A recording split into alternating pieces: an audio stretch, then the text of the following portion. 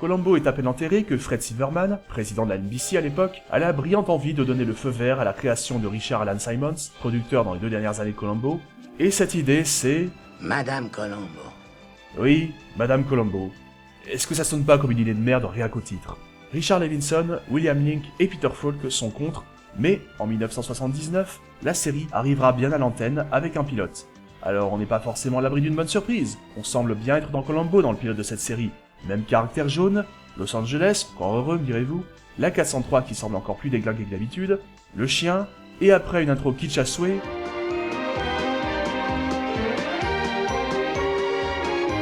Enfin quelqu'un qui me considère comme un être humain! Où on découvre qu'elle a une fille, on apprend à connaître le personnage de Madame Columbo, joué par Kate Mulgrew, dont le prénom est Kate. C'est valide. Qui semble quand même bien jeune. Ah oui, quand même, elle avait 24, même pas 23 ans, pour avoir une petite fille de quoi, 9 ans, et étant mariée avec Columbo depuis au mieux 1968, Columbo s'est marié avec elle quand elle avait tout au plus 13 ans. Dans ce qu'on sait de Madame Columbo, c'est une femme boulotte qui reste à la maison à glandouiller et à s'intéresser à des choses futiles. Mais comme ça ne serait pas très intéressant d'avoir une sorte d'Homer Simpson au féminin dans une série de ce genre, on en fait une femme active qui bosse à temps partiel dans un journal et apprend le français. En français seulement, tout en français. Ah, étudier. D'un côté, oui, c'est logique. D'un autre côté, c'est moins raccord à Columbo. Il y a pourtant des facteurs d'espoir. Le pilote est réalisé par Boris Sagal, qui a réalisé 2 bons épisodes de Columbo, et accessoirement père de Katie Sagal, l'actrice qui joue Lila dans Futurama, et ça ne sera pas le seul réalisateur de Columbo à venir faire un tour du côté de Madame Columbo.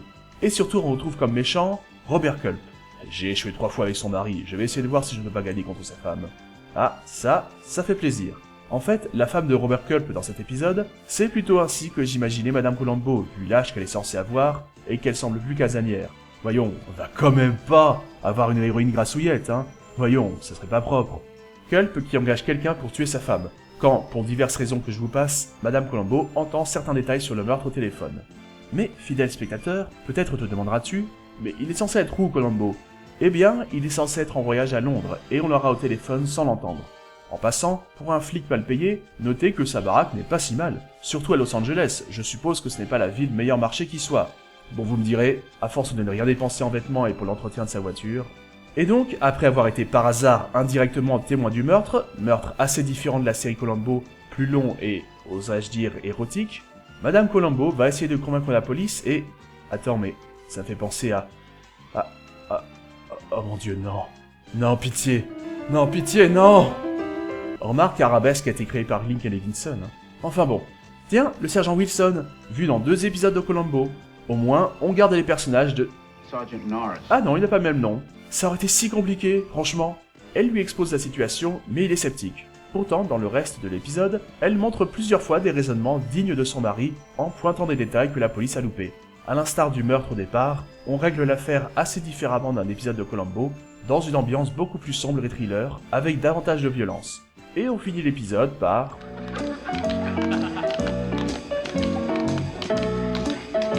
On s'en bat les couilles, on s'en bat les couilles, on s'en bat les couilles. Encore heureux, les autres épisodes dureront seulement 45 minutes, mais sacrilège, comme éviter de voir Monsieur Columbo semble compliqué sur la durée, ils ont divorcé. Le pilote, ça aurait pu faire un téléfilm sans rapport avec Columbo correct, mais en rapport avec Columbo, c'est un bon fail. Ce n'est pas affreux, mais parfaitement oubliable. Les spectateurs ne s'y sont pas trompés, ça ne fonctionnera pas des masses aux USA. Une courte saison de 5 épisodes suivie d'une courte saison de 8 épisodes dont le dernier sera réalisé par Alan Smithy, si vous savez ce que ça veut dire, vous savez que ce n'est pas bon signe, et basta. En France, je n'ai trouvé que 2 diffusions en 1981 en prime time sur TF1 et une seconde en 1984 dans l'après-midi, puis plus rien. Quel dommage. Je dirais bien que c'était une occasion manquée, mais en fait, je ne vois pas comment ça aurait pu être beaucoup mieux. Le concept même était foireux.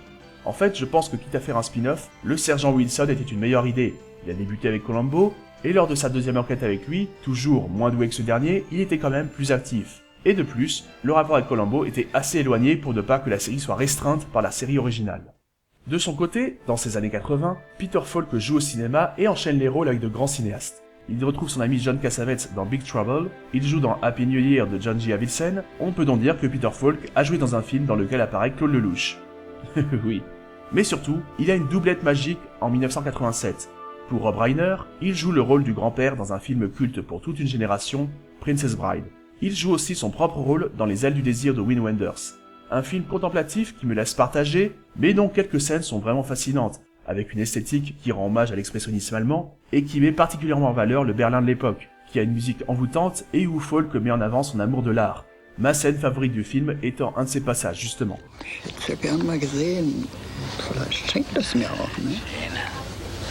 Mais assez de sérieux, regardons-le dans le clip de Ghostbusters.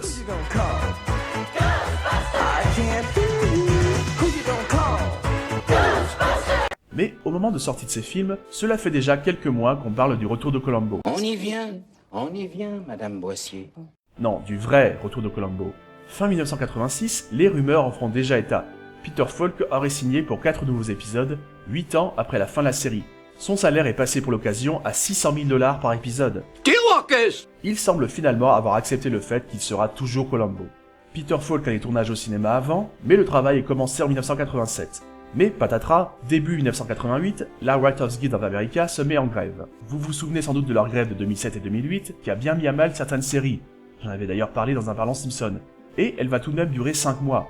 Néanmoins, elle ne fera que retarder le retour de Columbo. Et début 1989, cette fois non pas sur NBC mais sur ABC, c'est annoncé. Columbo is back. With all new baffling cases. I'm confused. Le 6 février 1989, après plus de 10 ans d'absence, la diffusion de la série reprend.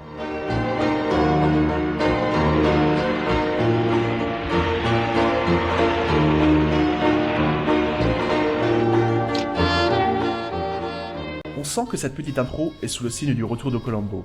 C'est bien pour nous signifier, le revoilà, il n'a pas changé. Et la musique est sympa, ça a été soigné. Columbo est également très fort pour avoir moins de cheveux blancs qu'il y a 11 ans. Oui, durant la quasi-intégralité des épisodes restants, on verra clairement des teintures. La couleur des cheveux de Columbo changeant même parfois assez fortement d'une scène à l'autre. On sent tout de même que la mode a nettement évolué. La mode tant vestimentaire que capillaire, les voitures, la technologie, mais aussi que l'épisode n'est plus si récent. Sachez qu'en Union soviétique, les parapsychologues nous talonnent de près. Oui, Union soviétique, ça ne date pas l'épisode du tout. Le fait est que voilà, en cette année 1989, la série est bel et bien repartie. Effectivement, 4 épisodes seront diffusés pour cette saison 8 et d'autres saisons sont commandées. En France, les gens devront attendre 3 ans pour commencer à voir les épisodes de cette saison 8, lorsque la série reviendra sur TF1 le 7 juin 1992. Incompréhensible car la série a toujours été une poule aux œufs d'or pour les diffuseurs. Les audiences ont toujours été excellentes. Avant 1985 et le système médiamétrie, c'était très différent, alors c'est compliqué d'avoir des chiffres fiables. Mais même le système de sondage téléphonique d'antan était positif envers Columbo. Mais pour vous donner une idée, la plus grosse audience de l'époque médiamétrie que j'ai pu trouver, c'est le 28 janvier 1993, où Couronne mortuaire en prime time sur TF1 a réalisé 11 370 000 téléspectateurs. Au début des années 90, les épisodes inédits réalisaient plus de 40% d'audience, et certains ont dépassé les 50, on est allé jusqu'à 53%, plus d'un téléspectateur de France sur 2 qui regardait Columbo. Et on pourrait dire, ouais bon, ça a plus ou moins 30 ans et c'est des inédits, mais aujourd'hui...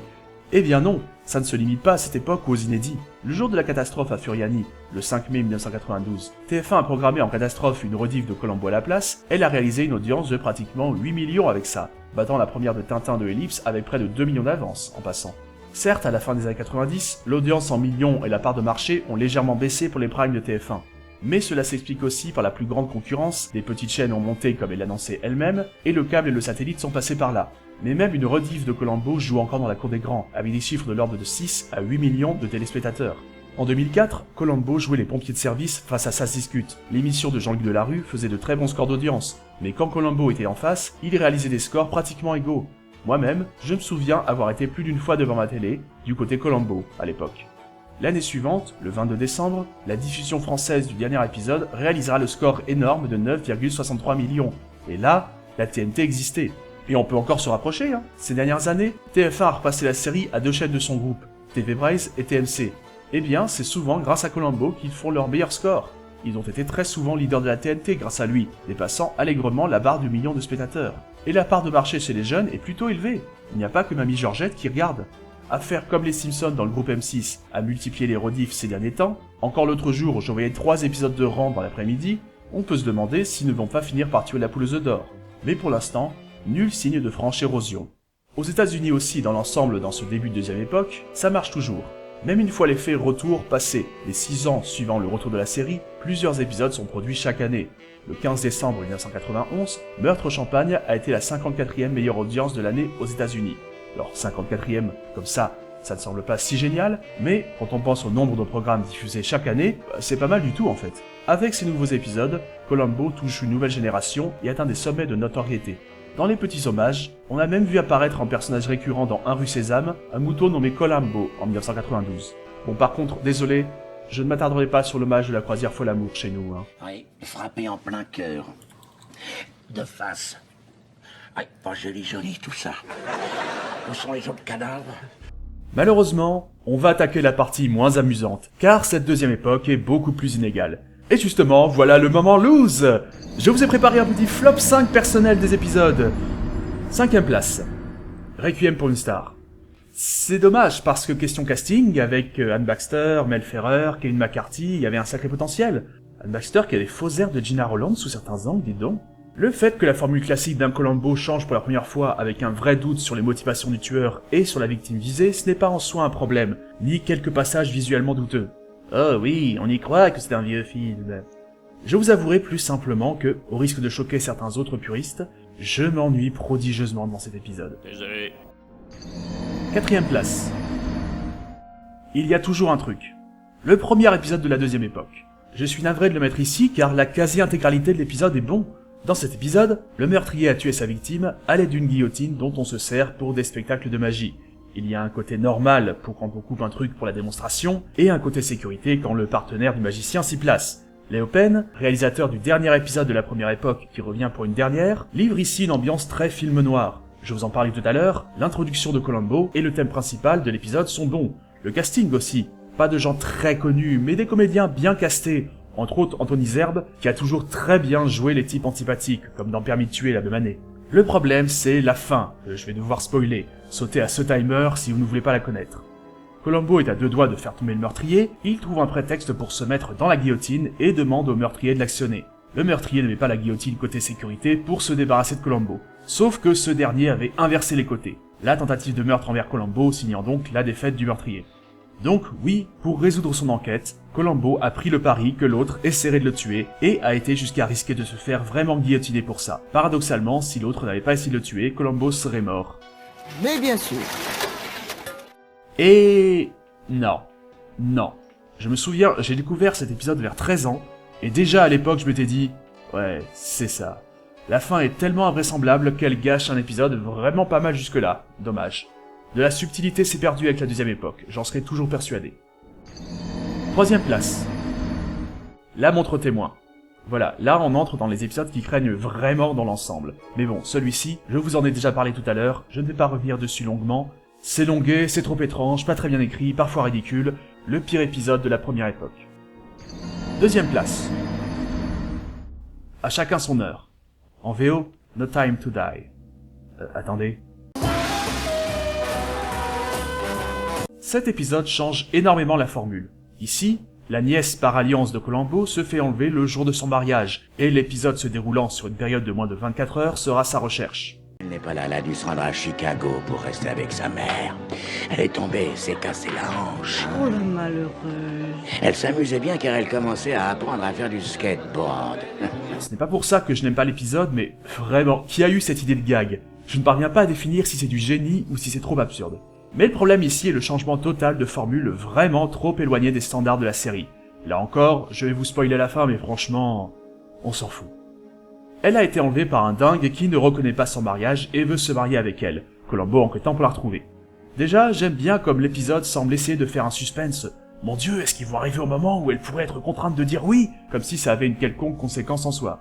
Et puis à la fin, alors que la police se dirige vers la maison pour coffrer le type, qui sera le seul meurtrier tué dans la série, oui, il fallait bien une bavure policière à un moment donné, on est à Los Angeles quand même. Dans ce climax, donc, Columbo est inutile. Il a été utile pour retrouver le type, mais dans les 10 dernières minutes, inutile. Quelle heure est-il? Ah, non, pardon, il leur a demandé l'heure. Son neveu Andy et sa jeune épouse Melissa sont donc réunis, et cela clôt un épisode vraiment pas terrible.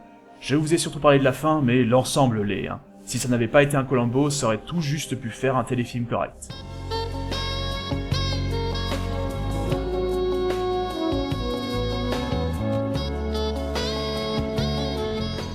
le pire de tous les épisodes est... Columbo change de peau. Cet épisode est basé sur une histoire d'Ed McBain, tout comme celui dont je viens de vous parler. C'est rassurant. Il y en a qui aiment apparemment, mais... non, quoi. Sérieux ? Le plus triste est qu'on le retrouve dans le top 10 des meilleures audiences de la télévision française en 1995, lors de sa première diffusion. On trouve quelques autres épisodes dans des mêmes chiffres et parts de marché, parfois même meilleurs, mais c'est la meilleure position annuelle obtenue par un épisode de la série. Ce qui n'est clairement pas mérité vu la qualité de l'épisode. Je vous passe le pourquoi du comment, mais Columbo se retrouve à partir à la chasse au trésor, à essayer de rassembler les morceaux d'une photo qui mène à la cachette d'un butin d'un cambriolage. Rien à voir avec d'habitude. Et je vois venir certains, non, je ne suis pas forcément contre que la formule soit un peu altérée, certains épisodes y arrivent bien, mais il y a des limites et il faut le faire avec talent. Or cet épisode, c'est bavard, c'est chiant en un mot, et pire encore, certaines scènes, on se demande vraiment si on est dans la bonne série. Il y a même une scène où Columbo donne de l'argent, encore une anomalie. À croire que pour cet épisode, il y a dû avoir un brainstorming du genre « Hey, j'ai une super idée, et si on faisait changer de costume à Columbo, ce serait marrant, non ?» Ouais, c'est vrai, mais le scénario dans tout ça... Oh, t'occupe, on va bien trouver quelque chose. Tiens, hier soir j'ai fait un puzzle. On n'a qu'à broder un truc autour d'une histoire de puzzle. Dans les 4 précédents, il y avait des choses à sauver, mais ici je ne vois pas. Ok, le cast peut être sympa, il y a Ed Begley Jr., qui a d'ailleurs joué avec Peter Falk 15 ans plus tôt dans Ne tirez pas sur le dentiste. Il y a Burt Young. Demandez de venir pour me parler de piste de ski. Oh, Serge Sauvion ne s'est pas déplacé pour doubler Young. Vraiment.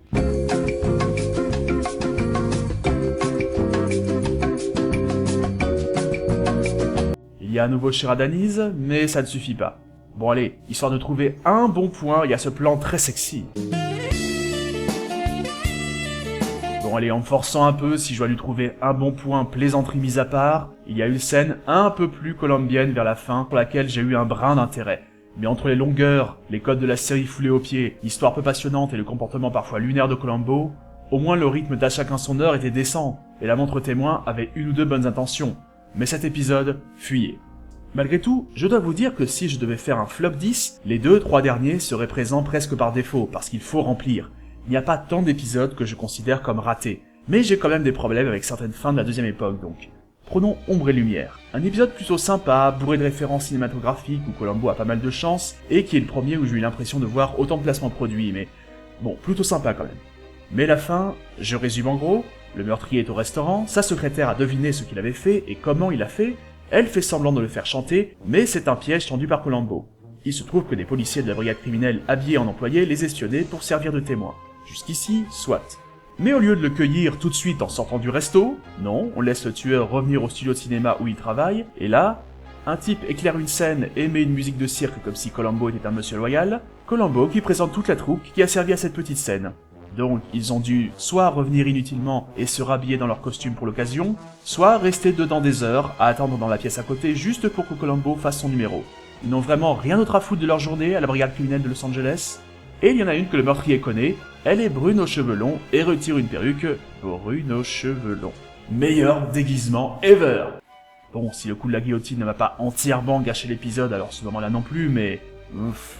Dans une moindre mesure, on soulignera certaines fins où Columbo semble dépenser inutilement de l'argent, ce pour prouver la culpabilité de gens qu'il pourrait coincer autrement. Sur son propre argent, non. Sur l'argent de la brigade, je pense qu'il n'apprécierait que modérément. La fin de Jeu d'ombre aussi, où... alors déjà, il y a un rôle de Little Richard, rien que ça, je dis non. La ferme! Oh, Michael Jackson m'a demandé de la fermer.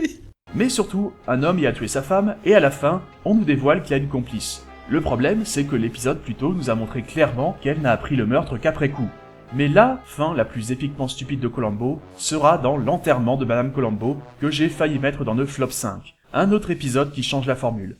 Il commence par l'enterrement, celui de la femme de Columbo. On refait le chemin qui nous a menés jusque-là. Une femme en veut à Columbo d'avoir arrêté son mari qui est mort en prison. Et comme la femme de Columbo adore la marmelade, elle lui en offre un pot. Or, Columbo se méfie, fait analyser le pot, et y trouve du poison. Et pourtant, il y a un faux enterrement parce qu'il veut des aveux dont il n'a pas besoin. Je suis persuadé que les gens de la brigade, un prêtre, la ville, etc., là encore, n'avaient que ça à foutre de faire un faux enterrement. Si pour une raison X, ils n'avaient pas pu prouver qu'il y avait du poison dans la marmelade et qu'ils avaient vraiment eu besoin de ces aveux, j'aurais déjà trouvé ça un peu poussé, mais soit. Mais alors là, vraiment, non. D'autant que Columbo avait déjà quelques forts indices. Ce sera aussi l'épisode avec l'avant-dernière tentative de meurtre sur Columbo lui-même.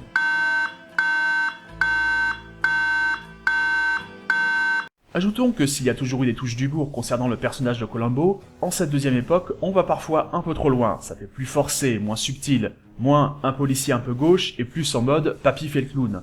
Au-delà de ça, si la réalisation se permet parfois quelques audaces et originalités, j'ai le sentiment d'en voir beaucoup moins que dans les années 70. Il y a toujours quelques bons thèmes musicaux, mais souvent moins classe, moins mémorables. De toute évidence, à cette époque, le dosage de la série entre classicisme et modernité n'a pas toujours été simple. Mais, contrairement à ce que vous pourriez croire, tout n'est pas si noir. Il y a environ un tiers de cette deuxième époque avec lequel j'ai des problèmes. C'est déjà beaucoup un tiers, vous me direz. Mais il y a aussi de très bons épisodes. Des épisodes classiques ou non. Car je parlais de ceux tentant de changer la formule habituelle de se foirant. Généralement, c'est ceux qui vont trop loin. D'autres, en revanche, altèrent un peu la formule, juste assez pour ne pas être trop décalés, et généralement ce sont ceux-là qui s'en tirent le mieux. Prenons Tout finit par se savoir, où une femme disparaît, et Columbo soupçonne un meurtre. Un épisode qui sent les 80s jusqu'au bout des ongles. Oui, ok, diffusé en janvier 90, mais ça a été tourné en 89, et la mode de l'époque n'a pas cessé du jour au lendemain, évidemment. Première chose qui détonne dans cet épisode, l'ouverture avec un tube du moment. On a même This Old Man, un air souvent sifflé par Columbo.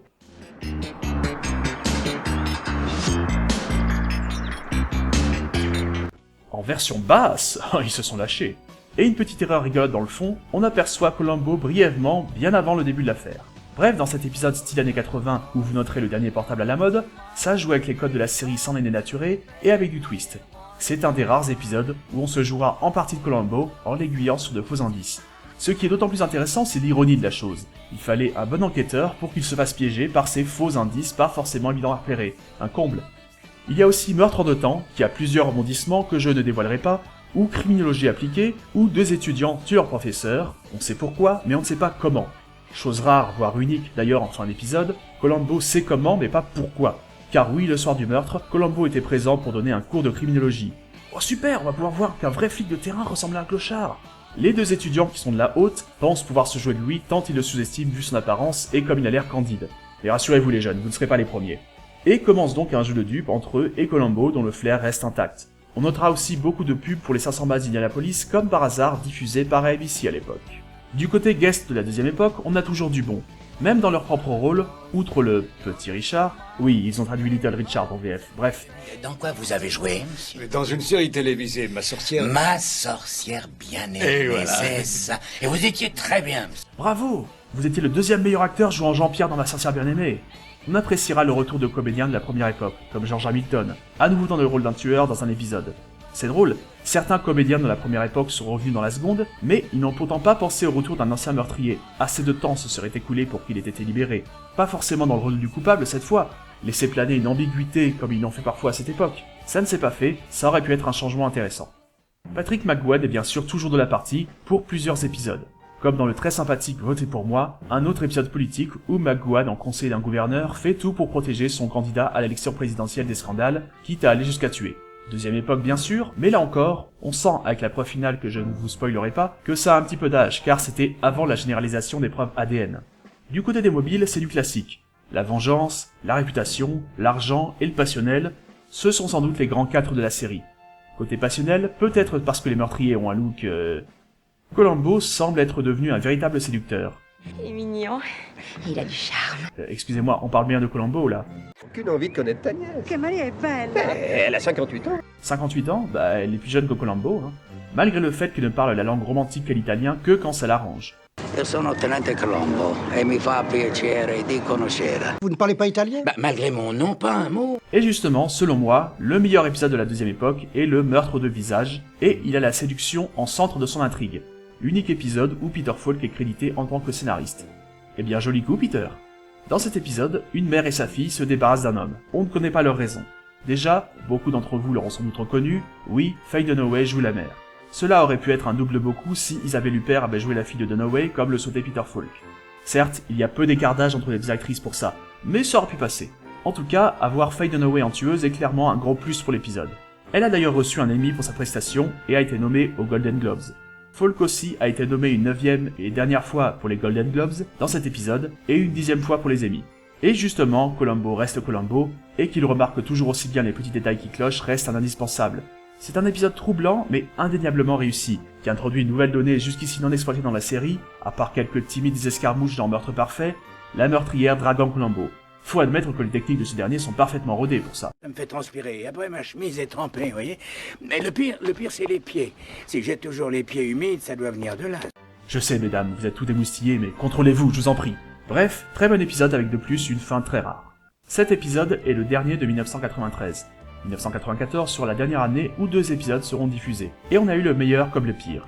On a commencé avec Face à Face, dont je vais vous parler, suivi par Columbo change de peau, dont je vous ai déjà parlé, sans doute le pire des épisodes, et le dernier chronologiquement à être aussi décevant. Après, il restera 5 épisodes plus ou moins bons, mais même les moins bons restent potables. Mais donc, 1994 a commencé avec Face à Face, que je classe dans le top 5, voire le top 3, de la deuxième époque. Ultime épisode écrit par Peter S. Fisher, qui en a écrit ou participé à l'écriture de 9 depuis 1974. Donc dans cet épisode, retour de William Shatner qui joue un homme qui a une émission de radio qui fait débat. Faites allusion à la diminution de la couche d'ozone. Je vais vous envoyer un exemplaire de mon bouquin. Vous lirez le chapitre 10, qui remet à leur vraie place ces poules mouillées d'écologistes. Un éditorialiste de droite sceptique quant au climat. On se sent guère dépaysé par rapport aux médias français. Non mais je veux juste dire que, comparé à Pascal Praud et Éric Brunet, il est pas si mal. Ouais bon, il tue le petit ami de sa fille, en faisant croire qu'il est au téléphone avec lui depuis sa maison, à une demi-heure de là. Il se retrouve face à un Columbo toujours aussi doué, qui repère les mini-gaffes de son interlocuteur quasi instantanément, même si le fou veut entrer dans l'ère du modernisme en s'achetant un téléphone portable. Ouais, mais je l'ai pas acheté, hein. Ça vaut $800. 800 $? Ah bah c'est toujours moins cher que les iPhones. L'épisode de plus semble se diriger vers une fin déjà vue, avec le fait que Columbo fasse mine d'accuser l'enfant pour avoir l'aveu du parent véritablement coupable, mais non, il trouvera une vraie preuve. Ce qui titille mon côté pinailleur, où il aurait pu se passer d'une mise en scène finale alors qu'il avait déjà sa preuve. Mais je lui pardonnerai celle-là. C'est une raison purement télévisuelle, on a voulu une fin plus dramatique avec suspense qu'une fin plus plate. Ça n'excuse pas qu'il soit tiré par les cheveux, mais on a vu des mises en scène où Columbo s'est tellement plus cassé le cul pour rien que je pardonnerai celle-ci. Après cette année 94, il ne restera plus que 5 épisodes, beaucoup plus espacés dans le temps, moins d'un par an en moyenne, qui deviendront donc beaucoup plus événementiels. On a passé les pires, mais ce ne seront pas forcément non plus les plus intéressants. Il y en aura un en 1995, puis le suivant, La Griffe du Crime, en 1997, épisode qui avait été présenté un chouïa en retard, comme étant celui du 25e anniversaire de la première saison. Un épisode avec une originalité, il y a 2 complices pour le meurtre, dont un collègue de Columbo, collègue qui du coup mettra très longtemps à être soupçonné. À cette époque, ça devient une habitude, le fait d'avoir au minimum une scène post-résolution. Celle de cet épisode est quand même plus maladroite et bouche-trou. Et disons-le, tout à fait inutile. Car on a déjà compris depuis 20 minutes ce que Columbo explique. Le meilleur de cette dernière ligne droite sera sans doute en grande pompe, en 1998, avec le dernier rôle de McGowan apparu en chair et en os. Un épisode où malgré son retour, on sent de plus en plus qu'on a changé d'époque avec les emails qui font leur apparition. Cela dit, le suivant, que McGowan réalisera, Meurtre en musique, a toujours ce petit côté un chouïa vieillot, bien qu'il ait été tourné à la fin des années 90, ce qui est à la fois loin et pas loin, entre autres parce que Falk se fait vraiment vieux, entre autres pour la mode, où on sent les années 90 encore bien présentes, entre autres car on reste dans un relatif classicisme dans la mise en scène et dans les caractères des génériques. Dans cet épisode... Comme l'affaire du chef d'orchestre qui avait assassiné son violon solo. C'était un épisode de Columbo, chef. Pas tout à fait. Le chef d'orchestre assassine son jeune assistant, qui dans les faits assure de plus en plus ce boulot à la place de son mentor et menace de le révéler. En même temps, les musiques de ce compositeur star ont l'air d'être sacrément merdiques, hein.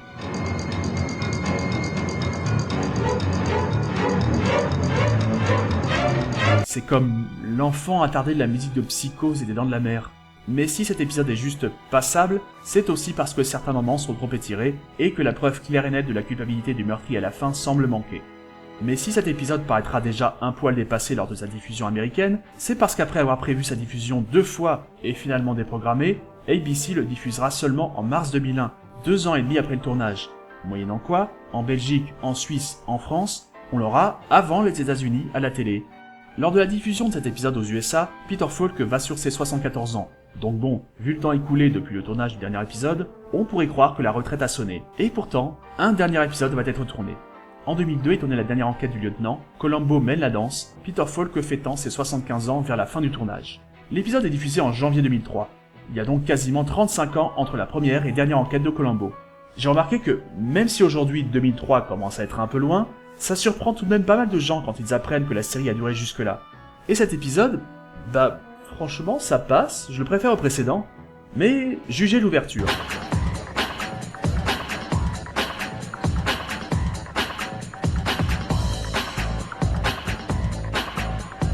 S'il n'y avait pas eu les noms Peter Falk et Columbo, on se serait cru dans toute autre chose. L'épisode dénote très vite, tant sur la mise en scène que sur le visuel ou la musique. Les séries plus modernes sont passées par là. On sent qu'on est passé dans les années 2000 d'un point de vue qualité visuelle et mode. Encore un peu et on aurait eu du 16/9. Le format est la seule chose qui ne dénote pas. On sent une nette volonté de donner un coup de jeune, entre les remarques que je viens de faire et les protagonistes qui sont plutôt jeunes. On ne sent nullement la forme de distinction qu'on peut retrouver dans la plupart des meilleurs adversaires de Columbo. Là, ce sont des jeunes propriétaires d'une boîte de nuit, pas des militaires, des millionnaires, des vieux comédiens. On notera qu'un des deux meurtres de cet épisode fait écho à celui du téléfilm original, dans un cadre un brin différent. Habituellement, on voit plutôt Columbo dans des quartiers huppés. Ça dénote également de le voir dans un coin aussi miteux que son imperméable. Au-delà de ça, quelques touches ne trompent pas sur le fait que ça a déjà quelques années. L'ordinateur ne fait déjà plus si récent, on parle encore de cabine téléphonique, sinon, la base des scènes reste assez columbesque. Mais le style fait un peu bancal entre le vieux policier et une série qui, bon gré mal gré, est devenue plus la série Papy-Mamie et le truc qui essaie de faire Jones. En fait, les deux épisodes qui détonnent le plus esthétiquement dans l'ensemble seront le premier et le dernier. Le premier avec son ambiance encore très 60s, et ce dernier où ils tenteront de moderniser la série. Reste que si je trouve les 5 derniers épisodes pas si mal globalement, au final, rétrospectivement, ils auraient peut-être dû stopper avec Face à Face. Columbo partait ainsi à un âge plus conforme, et on évitait le pire épisode. Mais c'est sans nous faire du mal, je vais vous proposer un petit top personnel des meilleurs épisodes. 5ème place. Le spécialiste. Le combat de ce soir, Columbo contre Monsieur Spock. Et oui, Leonard Nimoy tient le rôle de l'assassin dans cet épisode, un chirurgien réputé, Barry Mayfield. Il tue une infirmière qui le soupçonnait, non sans raison, de vouloir tuer un collègue pour une histoire, surtout d'ego en fait. Barry Mayfield a énormément de sang-froid, et c'est ce personnage qui tente d'attirer les soupçons ailleurs que Columbo va devoir coincer. Ça ne devrait quand même pas être trop dur de trouver des gens pour dire du mal de lui, vu que, lors d'une réception qu'il donne, ses propres invités ont l'air de se foutre de ses salutations. Bonjour Jacques. Bonjour Barry. Vous savez, si j'avais su quand j'étais... Facile à soigner. Bonjour. Mais il est bien placé dans l'industrie. Il se trouve que cet épisode a le record de tentatives de meurtre de la série, 3 en l'occurrence. Ce qui fait du Dr Mayfield un adversaire d'autant plus redoutable face à un Columbo en pleine crise d'allergie, et qui semble toujours aussi pro. Tiens, si je cassais mon œuf sur l'arbre du crime. On voit aussi Columbo s'énerver, ce qui est rare. C'est bref, mais j'aime cet instant. Probablement le meilleur épisode de la saison 2. 4ème place. Entre le crépuscule et l'aube. Patrick McGoohan, première. Le colonel Rumford est très strict et autoritaire. Très vieux jeu aussi. Et il refuse que son académie devienne mixte. Il tue l'administrateur William Haynes en trafiquant un canon avec lequel ce dernier devait tirer lors d'une cérémonie. Columbo va donc enquêter dans cette académie militaire, et la quasi-intégralité de cet épisode se passe à cet endroit. Columbo va même jusqu'à y loger quelques jours. Je n'aurai en réserve que le fait que Columbo ait au départ assez peu de grosses raisons de soupçonner le colonel. On peut dire l'instinct, mais c'est un peu facile. Reste que j'aime beaucoup les dialogues de cet épisode. Le cadre militaire et rigide contraste énormément avec la personnalité de Columbo, et le rigide et froid colonel Rumford. McGoohan a d'ailleurs reçu un Emmy pour son rôle dans cet épisode. Un must. 3ème place. Immunité diplomatique. L'action se passe à l'ambassade du Suari.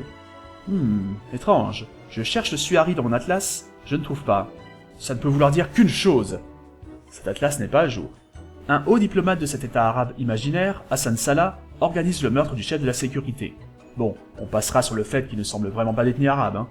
Un jeune complice naïf est le pigeon parfait, et des jeunes manifestants à l'extérieur sont les coupables tout désignés. Mais Columbo est toujours observateur, et les petits détails qui ne collent pas ne tardent pas à lui mettre la puce à l'oreille. Le problème, c'est qu'il évolue en terrain miné. Il bénéficie de l'immunité diplomatique. Elle vient juste d'être annulée. Et il est très délicat d'accuser quelqu'un de l'intérieur de l'ambassade. Ses gaffes sont très drôles, et il va même jusqu'à parfois troller Salah quand sa conviction est faite. Le personnage du roi, qui n'a pourtant pas énormément de présence à l'écran, est également un atout non négligeable à l'intrigue. J'aime beaucoup son caractère affable. Ce qui est particulier est que, finalement, on ne saura jamais si le motif de Salah est juste ou pas. Selon lui, le chef de la sécurité était un traître à la cause, et ce point ne sera jamais éclairci. C'est juste une constatation, pas une critique. Ce n'est pas l'important dans l'épisode, et ça ne nuit pas à sa qualité. Qui a une des meilleures fins de la série, malgré le fait que ce ne soit pas d'habitude le genre de fin que j'apprécie. J'ajoute que, quand il y a des intrigues politiques d'un pays exotique pour nous, j'ai tendance à facilement décrocher parce que généralement, neuneux comme je suis, je ne comprends rien. Mais là ça va. J'aime vraiment cet épisode malgré ce qui aurait pu me faire reculer. Au point donc de le classer 3ème de mes favoris. 2ème place. Le mystère de la chambre forte. Abigail Mitchell, une femme qui a publié bon nombre de romans à succès, se débarrasse du mari de sa nièce en l'enfermant dans son coffre personnel. On ne la voit pas, mais c'est une des morts les plus sordides finalement. Mort lentement. Abigail Mitchell est interprétée par Ruth Gordon, une actrice oscarisée en 1968. Ce personnage change car, en apparence, C'est une vieille dame inoffensive. C'est d'ailleurs assez amusant, Columbo a la cinquantaine à cette époque et elle appelle jeune homme. Désolé, oui, une énième fois, c'est le meurtrier, la meurtrière en l'occurrence, qui me fait particulièrement aimer cet épisode. Elle a malgré tout la sympathie et le respect de Columbo qu'il accorde rarement à ceux qu'il soupçonne d'être des assassins, car ça donne fatalement lieu à des échanges savoureux. Bon après, elle a quand même l'air de le prendre pour un demeuré. Vous voyez là, appuyés contre ce mur, ces engins bizarres, ce sont des skis. Oh, merci de m'apprendre ce que sont des skis et des raquettes de tennis. Que ferais-je sans vous? Comme pas mal de fois dans la série, Columbo affronte une de ses idoles. Il doit se méfier, car comme pas mal de fois, elle a des relations. Photos dans le salon, dédicacées par Eisenhower, Truman, John Kennedy et le Mahatma Gandhi. Ah bah non, ça va en fait. Même à l'époque de l'épisode, elles étaient toutes mortes. L'épisode a le genre de fin que j'adore, avec l'indice ultime compromettant et irréfutable, que je préfère au piège que tend parfois Columbo. À première vue, ça ne paraît pas spécialement sombre dans le sens figuré du terme, ni même propre, mais ça reste un épisode à l'ambiance globalement assez sombre, je trouve. Le thème musical, que j'aime beaucoup aussi, doit jouer. Cet épisode n'est battu selon moi que par un seul autre. La femme oubliée. Grace Wheeler, une ancienne actrice, chanteuse et danseuse, veut faire un comeback et demande à son mari de financer son retour sur les planches, mais il refuse. Elle projette de le tuer pour hériter de sa fortune et ainsi être indépendante financièrement. Elle s'arrange pour maquiller son meurtre en suicide, très habilement d'ailleurs. Son plan paraît sans faille, mais bien entendu, il y a quelques grains de sable qui vont pousser Columbo à chercher plus loin. Lui et sa femme sont des admirateurs de Grace et ont vu tous ses films par le passé. Janet Leigh, évoquée tout à l'heure, interprète sublimement Grace Wheeler. Cette dernière apparaît très fragile psychologiquement et son ancien partenaire de scène, ami et amour, Ned Diamond, veut tout faire pour la protéger, ignorant ce qu'elle a fait. Leur relation est un des points forts de l'épisode. Plus cet épisode avance d'ailleurs, plus il devient mélancolique. L'ironie de la chose est que Ned Diamond est censé avoir dû renoncer à sa carrière suite à un accident de voiture. Il est joué par John Payne, qui a vraiment eu un accident de voiture quelques années plus tard, avec les mêmes conséquences. Entre ça et le fait que de véritables films avec Janet Leigh soient projetés, quelle mise en abîme. Ce qui n'empêche pas un peu d'humour. À un moment, l'épisode a même l'air de se transformer en Y a-t-il un flic. Columbo a ses traditionnels moments columbesques de toute façon. Ah, et j'aime bien aussi un personnage qui subtilement indique souvent quelle émission il adore. J'aime beaucoup Johnny Carson. Johnny Carson qui... Nous sommes des fans de Johnny Carson. Dites, son émission débute à 11h30. Très précis, oui. Sans doute une pure coïncidence, le fait que ce soit une émission de la même chaîne qui diffusait Columbo. Mais il y a surtout des révélations qui expliquent rétroactivement des scènes parfois surprenantes. Columbo apparaît dans cet épisode plus humain que jamais.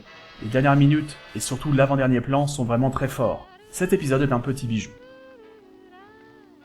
Mais revenons à la chronologie. Les années passent, Peter Falk joue toujours des petits rôles au cinéma, et en 2006 il fait une tournée qui le fait passer jusqu'en France pour promouvoir un livre de souvenirs, et il souhaite désespérément clôturer la série avec un chiffre rond, un 70e épisode final. En 2007, un script est écrit, Hear No Evil, bientôt changé en Columbo's Last Case. L'épisode aurait pu débarquer pour les 40 ans de la série, mais ABC a refusé en raison de l'âge de Falk. C'est peut-être mieux ainsi, notamment car Columbo aurait tout de même eu 80 ans. Vous me direz, il aurait été encore en dessous de certains de nos policiers bien de chez nous comme Navarro ou Cordier. Malgré tout, quelque part, le refus d'ABC me semble bizarre. Enfin, dans un monde logique ce serait normal, mais je pense que, vendu aux USA, le dernier épisode, ça n'aurait pas si mal marché, et avec l'international, ils étaient largement certains de rentrer dans leurs frais. Le plus médiocre des épisodes aurait fonctionné. Peter Falk en sera très affecté, mais encore eût-il fallu qu'il puisse le tourner jusqu'au bout. Car à cette même époque, la maladie dont il était atteint depuis plusieurs années commence à très sérieusement l'affaiblir. Peut-être la chaîne était-elle déjà au courant, comme un écho à un certain épisode. La dernière apparition publique officielle de Peter Falk date du 16 février 2008.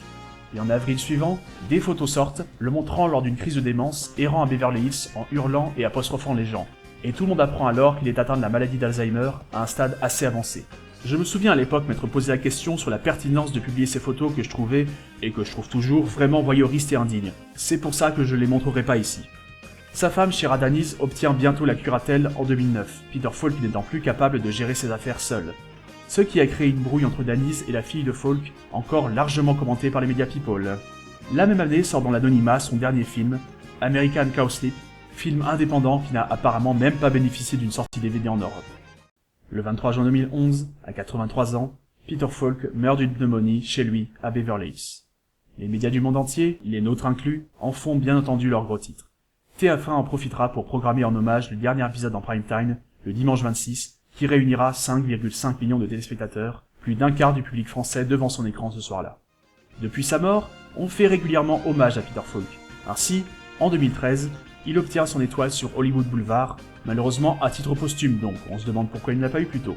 Plusieurs célébrités sont présentes, dont Ed Begley Jr. qui a tourné dans 2 Columbo, ou Joe Mantegna, que vous connaissez au moins pour son rôle de Gros Tony dans Les Simpsons. En 2014, une statue de bronze de Columbo et de son chien est inaugurée à Budapest, en Hongrie. La même année, des rumeurs placent Mark Ruffalo en lice pour la reprise du rôle pour un film ou une série. L'intéressé dira y penser, l'idée lui semblant sympa, mais 6 ans plus tard, on en est toujours au même point. Universal has the rights and they didn't really seem that interested. En 2016, par contre, quelques années après Pascal Brunner, oui, le présentateur de Facile à chanter, Martin Lamotte reprend le rôle sur scène avec la pièce originale. Dans cette pièce de théâtre, on a le droit à la musique du téléfilm de 68, et on ouvre avec une audace, des acteurs de dos. Il semble mal joué, mais bientôt tout s'explique. Les personnages étaient censés jouer. Ne sois pas si naïve, enfin... Elle ne l'admettra jamais, tu ne connais pas Carole. Ah oui, il joue mal quand même. Je trouve le jeu, en particulier de l'acteur qui joue le Dr Fleming... Tu feras mon comédien? Non, même pas. L'intrigue aussi est bien la même que celle que je vous ai narrée. Quiconque connaîtra bien le téléfilm original ne sera pas dépaysé de ce point de vue-là. Bien sûr, c'est plus adapté au théâtre, et Columbo apparaît bien plus tôt que dans le téléfilm. Évidemment, on retrouve des choses un peu bizarres, comme des fax alors que c'est censé se passer en 71. Alors oui, je vois Jean Wikipédia les vérifier, d'accord, ça existait techniquement, mais c'était vraiment les balbutiements à l'époque. Columbo, pour rappel dans la série, découvrira cette technologie futuriste près de 20 ans après. Il y a des démonstrations non présentes dans le téléfilm, la pièce étant plus longue, c'est aussi logique que bien. Sinon, on reconnaît bien des pans entiers du téléfilm question dialogue. Moins bien, avec ce jeu, lors de certaines répliques, les gens rient là où dans le téléfilm, l'ambiance fait qu'on retient plutôt son souffle pour le docteur, bien qu'il soit le méchant. Et il y a des moments un peu... Vous auriez peut-être préféré que je réserve au nom de Richard Nixon? Non. C'était quoi ça? Bref, principal grief, le jeu. Dans l'ensemble donc, bof. C'était néanmoins une curiosité intéressante à voir. C'est une des rares occasions que les gens ont de voir Columbo joué par quelqu'un d'autre que Peter Falk, hors parodie. Est-ce qu'un jour, on verra le retour de Columbo à l'écran aux États-Unis? Vu les capacités des studios à reprendre des anciennes formules, ça ne serait pas si surprenant. Serait-ce une bonne idée? C'est un autre problème. Steven Moffat, qui a écrit la série Sherlock, Doctor Who ou, on y revient, le scénario du Tintin de Secret la licorne de Spielberg, a dit en novembre 2019 être intéressé par l'idée d'un reboot de la série, mais que les droits étaient très compliqués à obtenir, outre le fait d'être pour l'instant occupé par l'écriture d'autres choses. C'est encore l'info la plus proche pour un éventuel retour de la série qu'on ait, comme quoi, a priori, on a du temps avant que quelque chose ne se fasse. À chacun de voir si on peut refaire vivre la série ou si c'est impensable. Me concernant, je suis partagé. N'oublions pas que même avec Peter Falk, les dernières années étaient particulièrement inégales. Mais justement, j'ai parlé de Steven Moffat. Qui aurait dit qu'une série Sherlock Holmes à l'époque contemporaine puisse être plus réussie que la plupart des adaptations plus fidèles à l'œuvre d'origine depuis un siècle? Il ne faut pas être défaitiste, je n'y suis pas opposé, même si mon cœur me dit non, pas sans son interprète historique. En 2000, on lui a demandé si ce n'était pas agaçant qu'on ne lui parle que de Columbo, alors qu'il a travaillé sous la direction de Frank Capra, John Cassavetes, Wim Wenders et d'autres. Sa réponse? Si les gens n'aimaient pas Columbo, alors oui, j'en serais sûrement agacé. Ce n'est heureusement pas le cas. La plupart des téléspectateurs ne connaissent ni Cassavetes ni Wenders, pas de problème. La série est appréciée, je le suis également. Je prends ce qu'on me donne, et j'en suis heureux.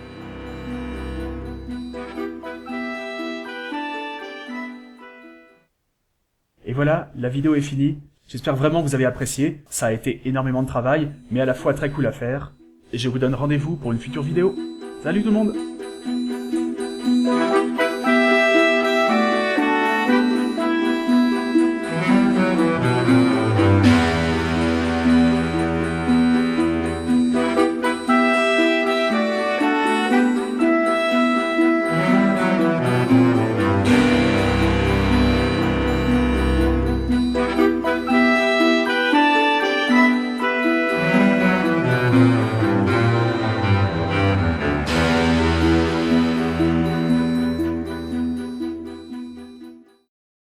Ben, je suis pas Krusty le clown, mais je fais une imitation de Columbo qui est pas triste. Une dernière chose. Je vais chercher un verre d'eau.